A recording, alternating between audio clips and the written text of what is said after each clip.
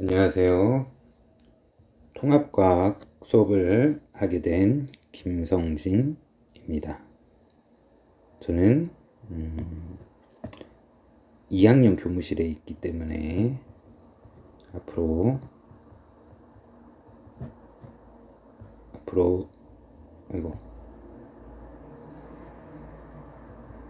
교무실로 볼일 질문 있거나 하면 찾아오시면 되겠습니다. 통합과학 물리 수업을 하기 위해서 여러분들은 프린트를 출력해서 이제 수업에 참여하셔야 되는데요. 프린트 출력에 대해서 안내를 좀 해드리도록 하겠습니다. 자, 학교 홈페이지 들어가셔서 자, 여기에 로그인을 하셔야 됩니다. 로그인. 저는 미리 로그인을 해놨고요. 여기에 이제 학습 공간을 들어가셔서 교과 자료실 과학 탐구 영역, 자, 과학 탐구 영역 들어가시고, 자, 여기에 많이 수업 자료가 지금 많이 올라와 있는데 78번 1학년 2학기 1차 통합과학 물리 수업 노트, 자, 이거 클릭하셔서 다운을 받으셔야 됩니다.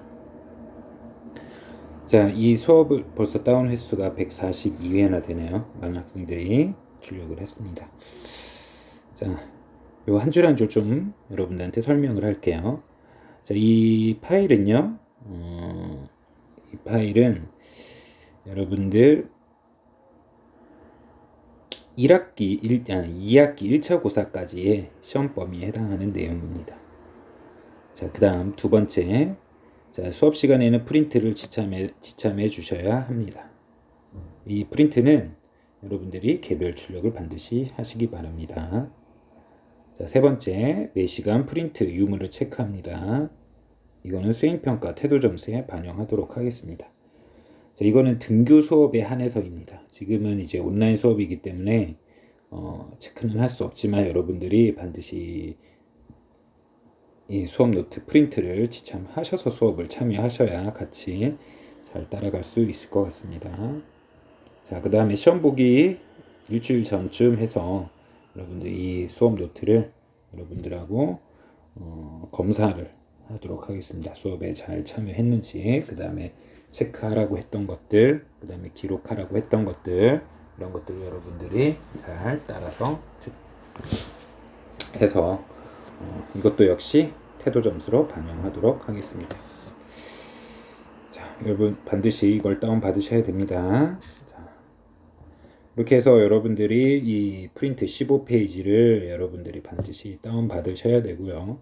이 프린트는 매 시간 여러분들이 등교 수업 나중에 하게 되면 매 시간 지참 반드시 이거는 체크할 테고, 이 체크를 통해서 수행평가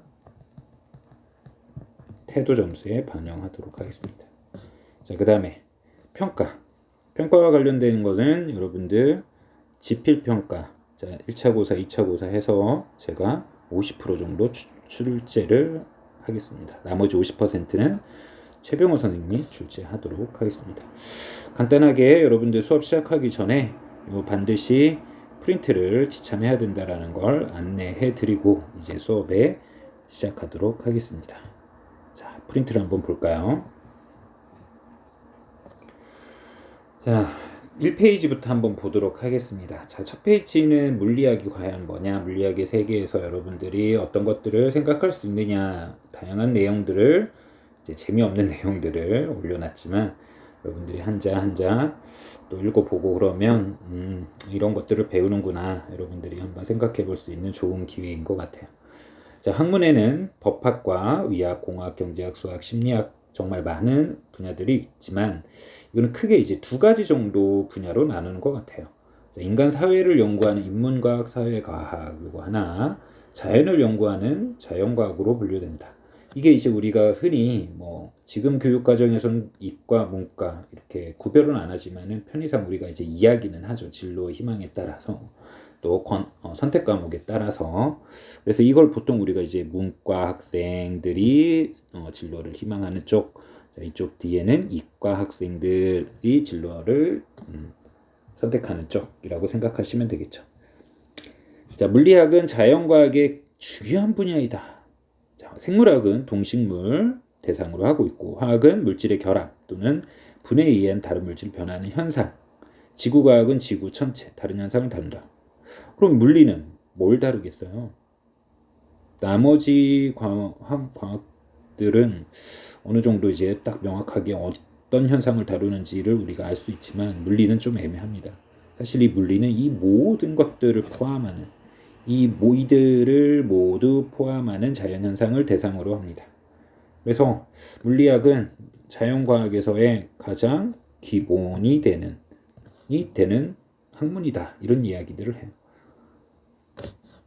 자, 또한 자연현상을 논리적으로 생각하는 학문이다. 이런 점은 수학과 비슷하지만 연구 대상이 자연현상이라는 것과 수학과 다르다. 자, 논리적이다. 논리적이다가 과연 뭘까요?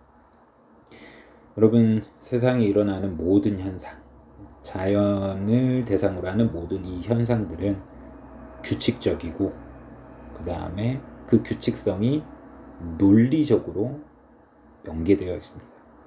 그래서 우리는 그 논리를 배우는 게 바로 물리학에서 하는 역할이다 라고 볼 수가 있겠어요. 자, 차차 수업을 하면서 여러분들 어떤 논리를 배울 건지에 대해서 여러분들한테 차근차근 안내를 해드리도록 하겠습니다. 사실 물리는 많은 학생들이 어려워하는 과목 중에 하나예요. 그래서 이 어려워하는 이 물리학을 어떻게 하면 여러분들이 좀 쉽게 이해할 수 있을지 제가 많은 고민도 했고요. 그리고 여러분이 수업을 1시간 잘 따라와 준다면 물리학 생각보다 어렵지 않고 이런 것들을 하는구나, 이런 현상들을 다루는구나, 이런 데 좀 이해할 수 있게 도움을 드리도록 하겠습니다. 자, 물리학의 장래, 미래는 어떻게 되느냐. 물리학 전공하라는 뜻은 아니고 이 물리학이 앞으로 어디에 쓰일지 여러분들이 내용은 어떤 분야에 쓰이는지 알고는 있어야 되지 않을까 하는 생각에 이제 몇 자 적어봤습니다. 자, 아르키메데스가 정력학을 정립하고 2000년이 걸려서 뉴턴 역학이 생겼다. 자, 우리는 이 뉴턴 역학을 하게 될 거예요. 뉴턴 역학. 뉴턴 역학이라고 하는 건 1687년 이 뉴턴이 프린키피아라고 하는 이 책을 출간함으로써 이 역학이 거의 완성됐다고 볼 수가 있습니다. 지금으로부터 약 한 400년 전. 그래서 우리는 굉장히 오래된 과거의 학문을 배워요. 근데 그 400년이나 지난 이 내용을 우리는 어떤 지식을 배우는 게 절대 아닙니다. 여기에 있는 F는 MA에서 F가 뭐냐, M이 뭐냐, A가 뭐냐, 이런 지식을 물어보는 게 절대 아니고 우리는 이 뉴턴이 이야기하는 이 논리적으로 생각하는 학문이라고 하는 것을 우리가 조금 연결지어서 아주 오래된 내용이지만 뉴턴이 어떤 대상을 가지고 자연현상을 설명하는 이 논리를 배우게 되면 우리 주변에 있는 많은 어떤 현상들, 이게 인간관계의 현상일 수도 있고 실제로 또 자연과학의 현상, 그리고 지금까지 밝혀져 있지 않는 여러 가지 현상에 대해서 우리는 그거를 이해하고 분석하게 되고 특징을 알게 되고 그거를 이제 우리가 이용까지 할 수 있는 단계로 가기 위한 가장 기초적인 논리적인 자연현상을 설명하는 논리를 배운다고 생각할 수가 있겠습니다. 이렇게 프린키피아가 완성되고 난 이후에 1900년 지금 그로부터 뉴턴 역학 이후로부터 상대성 이론. 자, 상대성 이론 하면 떠오르는 과학자가 누구죠? 아인슈타인이죠. 이 아인슈타인 얘기는 1학년 때 하지는 않고 2학년 때 올라가서 거의 좀 맛보기, 아인슈타인의 모든 어떤 과정들을 우리가 이해할 수 없지만 이렇게 자연현상을 설명할 수 있구나 라고 하는 재밌는 이야기들도 우리가 접할 기회가 있을 수도 있습니다. 그리고 약 20년 후 양자역학, 이게 이제 물리학의 꽃이라고 할 수 있겠죠. 양자역학 탄생하고 계속해서 소립자 물리학, 물성 물리학, 새로운 분야가 차례로 개척되었다. 그래서 현재로서는 많은 물리학으로 앞으로 연구할 영역, 우주, 소립자, 에너지, 생명현상, 이 모든 것들의 기본이 되는 이 모든 것들을 연구하는 기본이 되는 게 이제 물리학이고, 물리학이 뒷받침이 돼서 이런 것들이 이제 발전할 거다라고 우리가 이야기할 수 있겠습니다. 재미없는 이야기 좀 했죠. 그냥 쭉 물리학이 앞으로 우리가 뭘 할 건지에 대해서 다시 한번 강조를 했습니다. 논리적으로 생각하는 학문, 요거 여러분들한테 한번 강조를 해볼게요. 왜 논리적인지 점점 이제 저와 같이 이야기하면서 이제 이해할 수 있게 되겠습니다. 자, 그 다음에 프린트 1페이지 하단 부분에 SI 접두어라고 나옵니다. 접두어. 요걸 한번 보도록 할게요. 이 SI 접두어를 가지고 제가 시험 문제 한 문제를 내보고 싶어요. 낼지 안 낼지는 모르겠지만, 자, 이 SI 접두어를 공부하는 이유를 먼저 말씀드리자면, 이 자연과학을 공부하는, 우리가 이 물리학에서 자연을 대상으로 이제 연구하고 또 특징을 알아보는 이러한 학문에서는 범위가 어마어마하게 넓어요. 어디? 물리학의 범위가. 자, 범위라고 한다면 우리가 다루는 어떤 자연현상의 대상이 되겠죠. 그 대상을 이제 인지하고 설명하는 데 있어서 가장 기본적인 게 아마 이제 크기 이야기를 많이 할 수 있겠죠. 크기를 우리가 표현하는 것은 뭐 여러 가지가 있겠습니다. 뭐 대부분의 이제 물리량이라고 하는 걸 가지고 이 특징의 크기를 설명을 하는데, 이 물리량 중에 이제 보통 우리가 흔히 크기라고 한다면 이제 보통 길이를 또 많이 얘기를 하죠. 길이. 실제로 어떤 대상의 어떤 길이일 수도 있고요. 그 다음에 그 대상이 존재하고 있는 공간에 대한 길이일 수도 있고요. 길이가 적용되는 분야는 여러 가지가 있다고 생각할 수가 있겠습니다. 우리가 지금 살아가고 있는 여러분들의 이 모습에서부터 시작해서 본다면, 우리가 살아가고 있는 이 공간, 즉 전주, 대한민국, 그 다음에 지구를 벗어나면 태양계를 벗어나서 더 넓게 가면 은하, 그 은하 안에 별이 수천억 개가 있고, 그런 또 별들이 모여있는 은하가 또 수천억 개가 있습니다. 즉, 이 굉장히 광활한 이 우주까지 시작해가지고, 또 거꾸로 간다면 이 우주까지 가기도 하지만, 우리 사람이 우리 눈에 보이는 이 길이를 얘기하는 이 크기에서부터 좀 작게 보이는 머리카락의 사이즈, 그리고 더 작게 세균, 그 다음에 세포, 그 다음에 우리가 지금 요즘 이렇게 온라인 수업하게 된 원인이 된 이제 코로나 바이러스의 크기, 그 다음에 원자 세계까지. 어떻게 보면 이 모든 대상이 나로부터 시작해서 원자 세계, 우주 세계, 이 큰 넓은 범위에 있는 모든 것들이 우리는 이 물리학에서 다루는 범위라고 볼 수가 있겠죠. 그리고 그러한 것들을 물리량으로, 예를 들면 길이와 같은 크기를 표현하는 이러한 과정에서는 엄청나게 많은 숫자들을 많이 써야 돼요. 그래서 그런 숫자들을 다 쓰기 힘들다 보니 우리는 접두어를 붙여가지고 줄여서 쓰는 특징을 가지고 있습니다. 이 접두어를 붙이는 데 있어가지고 또 사람들의 어떤 심리적인 영향이라고 해야 되나, 아니면 어떤 일반적인 특징이라고 해야 되나 라고 했을 때, 사람들이 이렇게 동그라미 하나는 멀리서 봐도 쉽게 구별이 돼요. 동그라미 2개까지도 쉽게 구별이 돼요. 그 다음에 이제 3개까지도 쉽게 구별이 돼요.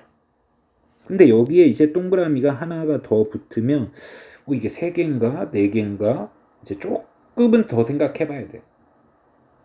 그래서 5개, 6개 점점 많아지면 눈으로 헤아리기가 힘들어지고, 그걸로 인해서 이 어떤 정확한 자연의 대상을 지칭하는 이 수로 표현하는 이 모든 것들을 이제 좀 혼돈이 올 수가 있습니다. 그래서 사람들은 쉽게 좀 이해하기 위해서 이렇게 3개씩 보통 끊어가지고 접두어를 붙이는 특징을 가지고 있어요. 자, 근데 왜 여기는 첫 번째 1, 2, 3 이렇게 표현을 했냐? 우리가 눈으로 보이는 기본적인 특징들은 뭐 이렇게 눈에서 이제 몇 가지 세부적으로 표현해야 되는 거는 뭐 10배냐, 100배냐 이런 것들도만 이제 표현해야 되지만 이제 3배씩을 위주로 우리가 한번 보도록 하겠습니다. 자, 3승. 자, 좀 큰 단위부터 얘기할게요. 킬로라고 하죠. 우리가 기본적으로 미터의 개념으로 한번 가지고 길이의 개념으로 가지고 얘기를 하자면 자, 1미터가 있고요. 1미터. 근데 이것이 이제 1000미터가 되면 우리는 뭐라고 표현할 수 있다? 이 동그라미 3개를 이제 줄여서 뭐라고 표현하자고요? K를 붙여서 킬로미터 이렇게 이름 붙이는 거죠. 그 다음에 1 하나 둘 셋 넷 다섯 여섯 자 6개 미터. 이건 얼마예요? 1, 10, 100, 1000만, 10만, 100만 미터. 100만 미터 되면 이게 이제 1000킬로미터가 되죠. 100만 미터 하면 뭔가 좀 어렵지만 1000킬로미터 하면 우리가 그래도 조금 쉽게 받아들일 수가 있겠죠. 근데 이 1000킬로미터도 조금은 표현하기가 애매하니까 요 3개를 또 줄여서 우리는 아니지. 요 3개를 줄인다라는 개념이 아니라 다시 1000km 써도 되는데 6개를 줄여가지고 우리는 또 뭐라고 쓸 수 있다? 1 메가미터 뭐 이런 식으로도 쓸 수가 있다. 이렇게 3승씩 10의 3승, 10의 6승 자 체크할게요. 10의 3승을 나타내는 킬로미터 메가 10의 6승 그 다음에 기가 좀 어떻게 표현 네. 그냥 밑줄 끌게요. 아이고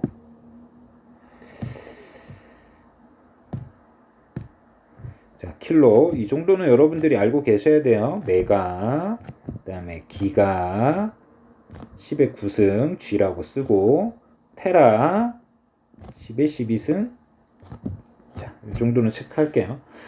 3, 6, 9, 12 정도는 외우고 계셔야 되겠죠. 여러분들이 또 메가, 기가, 테라 같은 경우에는 우리가 컴퓨터의 어떤 뭐 저장 용량을 얘기할 때 메가바이트라고 하는 단위를 통해서 메가바이트, 기가바이트, 테라바이트 이렇게 우리가 또 이야기하고 있죠. 여기에서 이제 우리가 우주까지 다루는 이 범위에서 우주의 좀 기본이 되는 어떤 한 영역을 좀 한번 보자고 한다면 여러분 또 자 지구에서 여러분 태양까지 이 거리가 얼마나 되죠? 태양까지의 거리 약 우리가 흔히 1억 5천만 킬로미터라고 해요. 와우 1억이면 여러분 10의 1.5가 되겠죠? 곱하기 10의 8승 근데 여러분 이 킬로가 붙었어요. 그럼 이 킬로 대신에 10의 3승 미터 이렇게 적을 수도 있겠죠. 그럼 10의 몇 승이에요? 11승 10의 11승이면 여러분 거의 기가미터에 되죠. 기가미터 또는 테라미터 속에 포함되어서 설명할 수도 있겠죠. 그러니까 이렇게 숫자가 동그라미가 11개나 들어가면 우리가 이제 쓰기가 굉장히 애매하게 됩니다. 근데 이제 뭐 우주적인 이야기를 할 때는 이거를 그냥 확 줄여가지고 새로운 단위 이제 접두어 대신에 또 새로운 단위를 써가지고 1 astronomical unit이라는 AU라는 단위를 써가지고 우리가 좀 더 쉽게 뭐 이 우주의 범위를 이야기하기도 합니다. 뭐 더 큰 새로운 단위라고 한다면 1 AU를 넘어서서 이제 또 여러분들이 또 취미로 또 알고 있는 게 있죠. 이 지구에서 태양이 이제 별인데요. 스스로 빛을 내는 천체인데 이 다음으로 태양 다음으로 가장 가까이 있는 별 프록시마 센타우리 이런 별 이 프록시마 센타우리 같은 경우는 4.23광년 떨어져 있다고 해요. 4.23 광년, 4.23. 근데 광년이에요, 광년. 여기에 광년은 뭐죠, 여러분?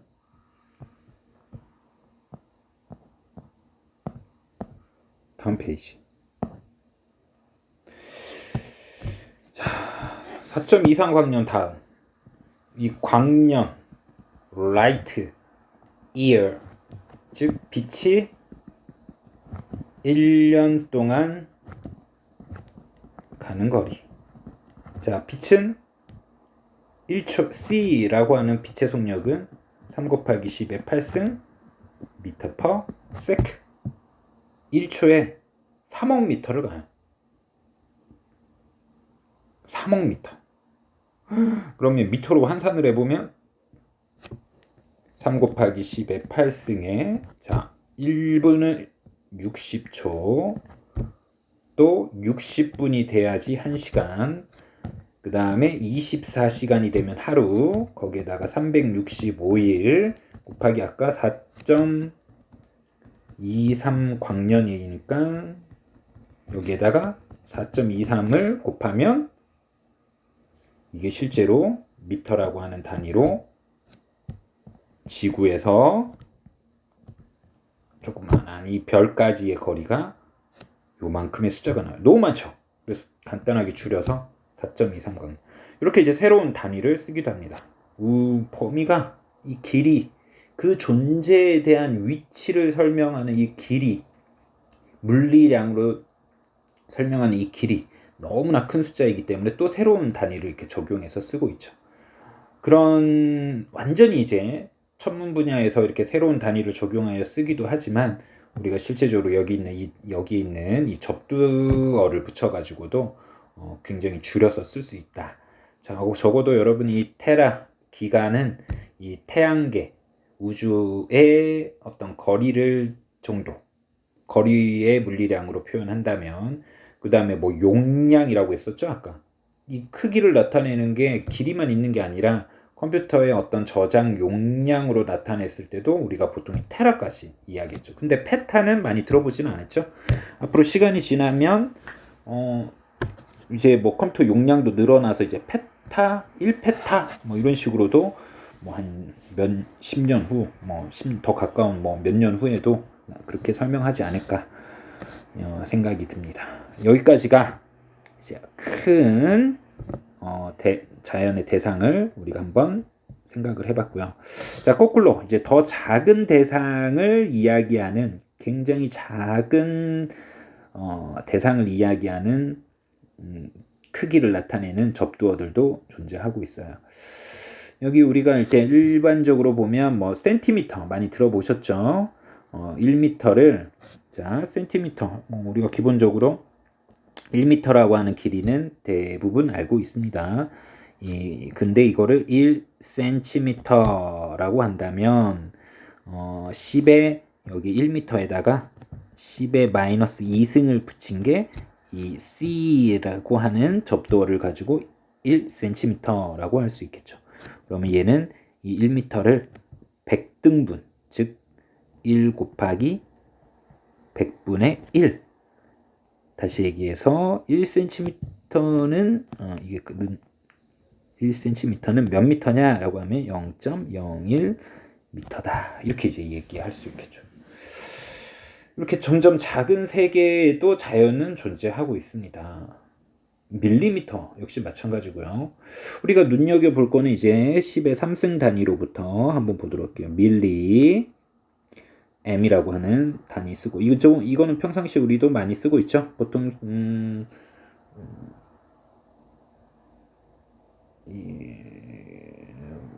밀리를 우리가 주로 쓰는 거 신발 275mm 이렇게 우리가 보통 많이 쓰고 있죠. 발의 크기 이런 평상시에도 센티미터나 키를 나타내는 175cm 저는 제어의 키 그 다음에 발 사이즈 275 몸무게 75kg 뭐 다 75가 들어가네요. 어쨌든 그 다음에 마이크로 영역 마이크로미터 마이크로 같은 경우에는 우리가 보통 이제 머리카락 사이즈, 머리카락이 지름 사이즈 정도의 크기를 마이크로미터다라고 보통 얘기를 합니다. 그리고 이 마이크로하고 떠오르면 마이크로 요새 또 한참 뉴스에서 이제 이혼 관련돼서 또 막 뉴스에 많이 나왔던 마이크로소프트 창업자 빌 게이츠.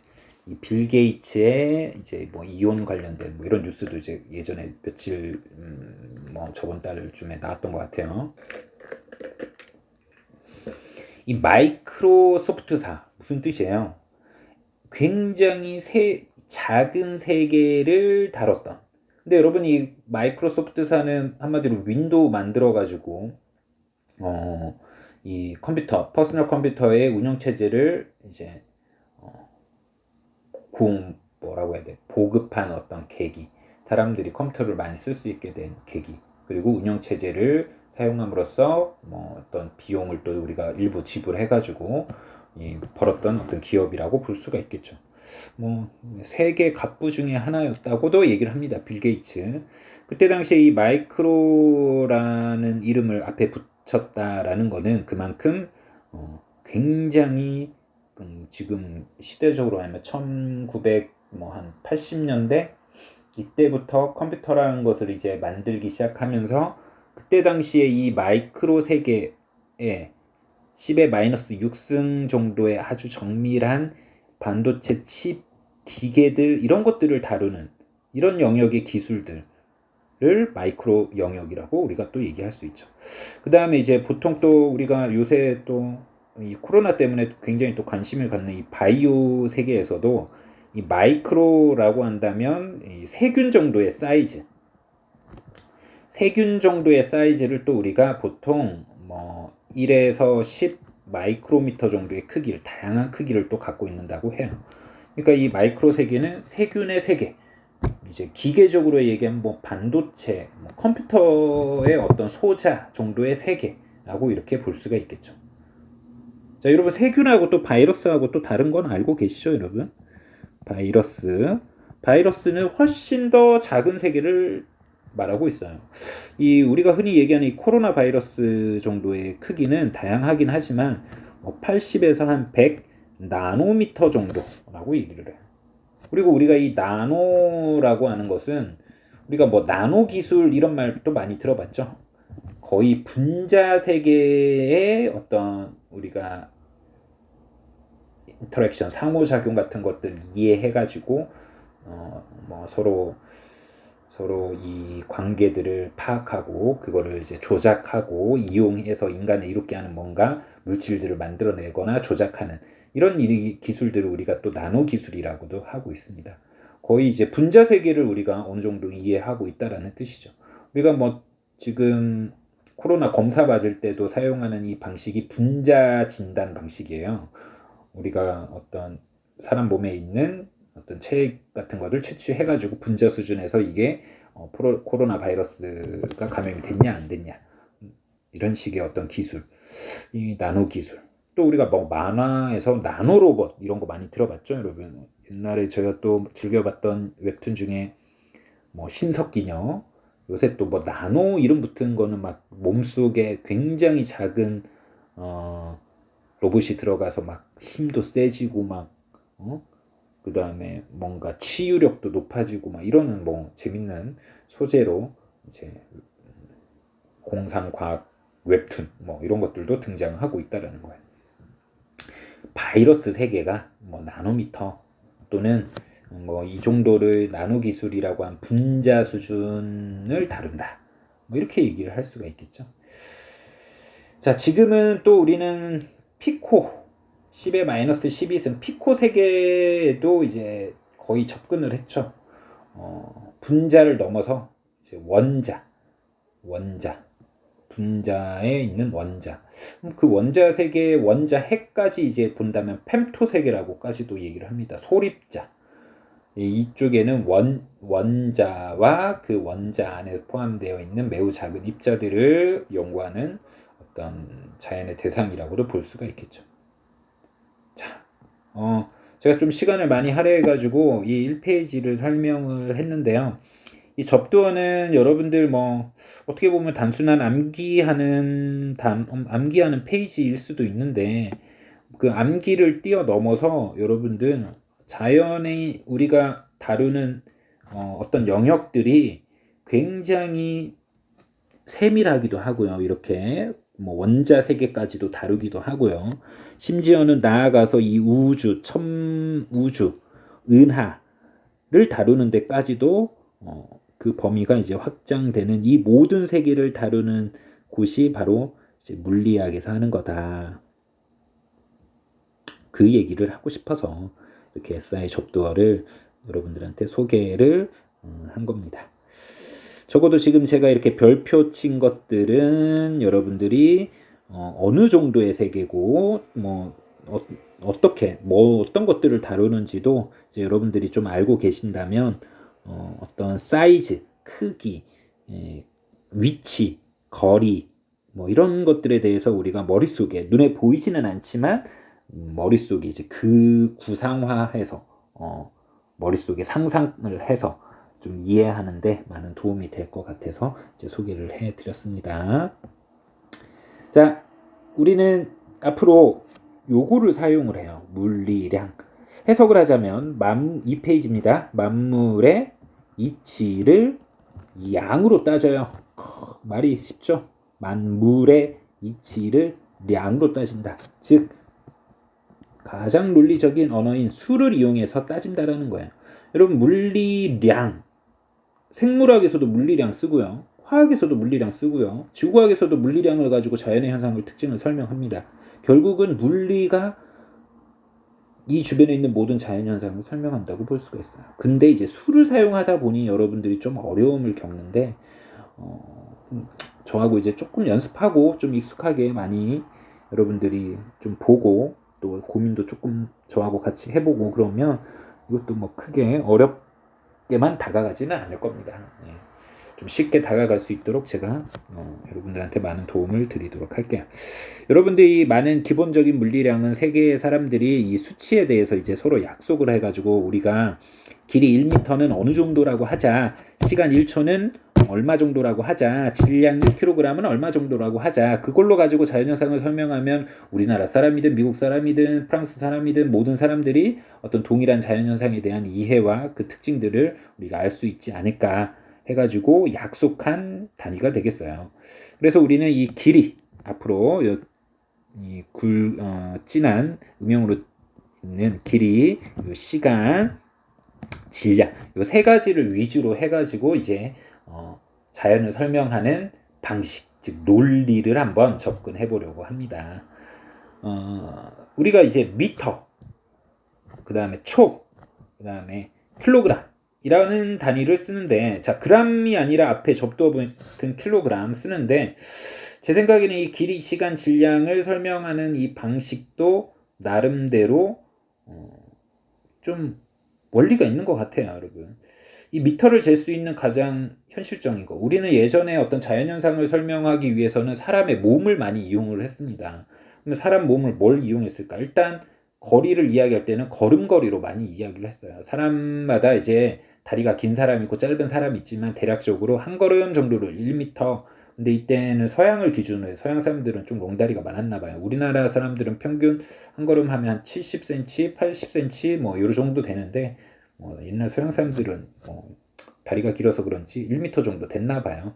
근데 그것도 이제 사람마다 차이가 있기 때문에 국제적으로 이제 약속을 하게 된 거죠.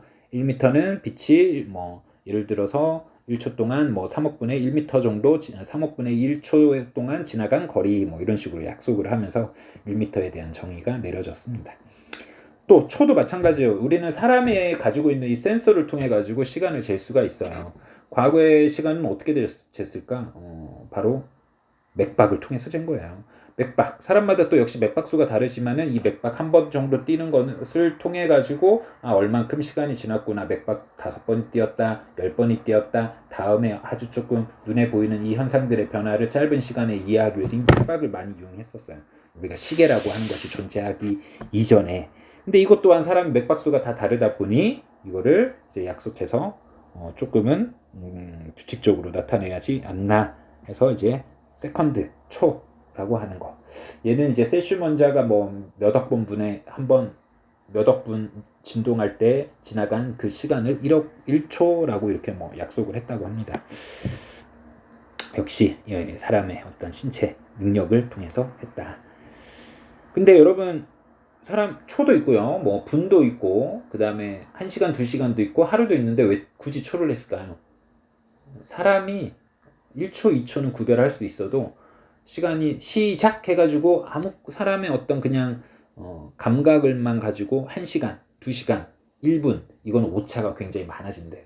근데 1초, 2초 요 정도까지는 그래도 거의 비슷하다고 합니다. 어쨌든 그래서 기본 시간 초를 붙였고요. 질량. 사람은 또 무거운 물건을 들면 근육이나 그 피부의 어떤 촉각, 뭐 압력 그런 걸 통해 가지고 얘가 대략 얼만큼의 무게이겠구나라는 것을 잴 수가 있는데, 우리가 1kg, 2kg는 손을 통해 가지고 이제 구별이 가능해요. 근데 1g, 2g은 손에서 이제 구별을 못 합니다. 여러분 말 있죠, 밥알. 예를 들면 쌀 뭐 한 쌀 그 조그마한 거 10개 정도가 막 1g, 2g, 1g 뭐 이렇게 하는데 10개 든 거랑 쌀알 20개 든 거랑 구별 못 합니다. 그러다 보니 이제 킬로그램 정도 돼야 사람이 그냥 딱 감각적으로 알 수 있는 정도 사이즈겠구나 해서 미터, 그 다음에 세컨드, 자 킬로그램, 여기 있는 앞글자 미터, 세컨드, 킬로그램 요거를 따가지고 우리는 이 정도의 크기를 길이 1m다, 1초다, 킬로그램이다 라고 이제 이렇게 약속을 하게 될 거다. 사람의 센서를 갖고 이용한다는 게 참 재밌죠, 여러분? 자, 그 다음 그리스 문자 한번 보도록 하겠습니다. 우리는 앞으로 이제 자연현상을 설명하는데 기본적으로 이제 한국말로 다 쓰고 또 영어로 다 쓰는 것은 이제 귀찮아요. 서로의 관계, 물리량을 이야기할 때 그걸 이제 줄여서 쓰는데, 대부분은 이 영어식의, 이거 우리가 서양에서 우리나라의 어떤 자연과학의 발전도 굉장히 기여한 부분도 있지만, 지금 우리는 400년 전을 하죠. 그 400년 전에 우리는 뭐였을까요? 400년 조선시대인가요? 네. 그때는 이제 우리가 농사 짓고 이렇게 하는데 바쁘다 보니 자연과학이 이렇게 발전하지 못했지만, 서양에 좀 이제 조금 여유 있고 풍족한 이런 사람들이 자연에 대한 특징을 이렇게 좀 많이 또 관찰하기도 하고 그랬다고 해요. 그러다 보니 이 영어로 이제 많이 표현을 한다. 그래서 영어의 앞글자를 많이 따가지고 이제 표현을 하고, 그걸 하나씩 물리량을 약속해 나가다 보니까 또 알파벳에 또 한계가 있어요. 알파벳. 그래가지고 뭐 이제 알파벳보다 옛날에 이제 그리스 문자 이런 것들 이용해 가지고 또 많은 물리량을 표현하기도 한다.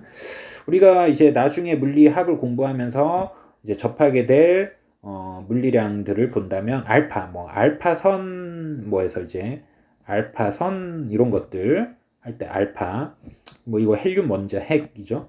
나중에 이 베타선 이런 것도 하게 돼요. 베타선 얘는 뭐 전자, 감마선 한다면 우리가 방사선, 그냥 그 감마선 말하는 거고요. 여기에 이제 등장하는 요 델타는 우리가 이제 나중에 어떤 현상의 변화량이라고 하는 개념에서 우리가 바로 다음 페이지부터, 다음 시간부터도 굉장히 많이 써먹는 기호 중에 하나입니다.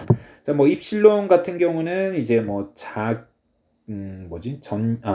유전율 같은 것을, 전기학에서 유전율에 대한 이야기인데, 이거는 여러분들이 뭐 고등학교 졸업할 때까지 볼 일은 없을 거고요. 그 다음에 여러분들이 또 이제 앞으로 좀 자주 보게 될 게, 이제 2학년 돼서 이제 물리하면 이제 뭐 파장을 나타낼 때도 람다라는 이 기호를 많이 쓴다. 대문자보다는 소문자. 자, 이 뮤 많이 쓰죠. 우리가 좀 전에도 썼어요. 마이크로라고 하는 단위, 접두어로 표현하기도 하고, 뮤 하면 이제 뮤온이라고 하는 입자를 나타내는 기호를 나타내기도 하고요. 뭐 상대성 이론에 등장하는 이 뮤온에 대한 이야기도 있어요. 그 다음에 또 여러분 뭐 파이 많이 들어봤죠? 3.14 말하는 거예요. 3.14. 그 다음에 또 로우 같은 경우에는 우리가 또 이 로우를 써먹는 데도 많이 있는데요. 우리가 물리학 1에서 나중에 가보면 이제 비저항 개념에서, 이제 비저항이 뭔지는 모르겠죠? 그냥 어쨌든 이런 것도 나중에 써먹는구나. 그 다음에 뭐 또 뭐가 있을까? 이거 지울까요? 뭐 어쨌든 이런 것도 써먹고요. 시그마 하면 뭐 나중에 수학에서도 시그마 이런 표현도 쓰기는 하는데 우리가 물리학에서는 전기 전도도를 나타내기도 하고 이제 타우가 굉장히 또 뭐 타우 입자를 나타내는 것도 있고요. 또 뭐가 많이 쓸까? 여러분 또 자주 볼 게 이게 있어요. 자기선속을 나타낼 때 파이 이런 것도 이제 우리가 많이 씁니다. 오메가, 뭐 각속도를 나타낼 때 오메가를 쓰는데 이런 것도 이제 물리 2 얘기예요. 뭐 각속도, 오메가. 이제 여러분들이 많이 볼 사람은 거의 없다고 봐요. 어쨌든 이렇게 기호를 통해 가지고 앞으로 쓰기 때문에 이제 무엇보다도 우리는 중요한 거는 이제 본격적인 내용은 다음 시간부터 할 테지만 중요한 거는 자, 물리량을 가지고 자연을 설명합니다. 그럼 이 물리량에 대한 약속이 가장 먼저 돼야지 자연을 이해하고 그 자연의 특징을 우리가 알 수 있게 되는 거죠. 이 약속이 제대로 안 되면 이 물리량에 대한 약속이 제대로 안 되면 나머지의 어떤 논리나 현상들을 이해할 수가 없어요. 그래서 이제 물리량을 이해하려고 조금 많이 시간을 할애하고요. 처음에 약속이 이제 굉장히 또 중요하게 됩니다. 자, 오늘은 여기 정도까지 할게요. 지금 몇 페이지까지 있나요? 지금 2페이지까지 했죠? 2페이지까지 하여튼 수고가 많았습니다. 첫 수업인데 여러분들 고생 많이 하셨습니다. 자, 다음 시간에 3페이지부터 이제 본격적으로 우리가 물리 수업, 본격적인 물리 수업이라고 봐야 되겠죠? 이제 앞에 있는 얘기는 제가 하고 싶은 이야기들 여러분들한테 어떤 자연에 대한 대상이라든가 그 다음에 앞으로 뭘 가지고 우리가 자연의 현상을 설명할 것인가 이런 거를 이제 설명하는 위주로 끝냈습니다. 자, 다음 시간에 보도록 하겠습니다. 수고하셨습니다.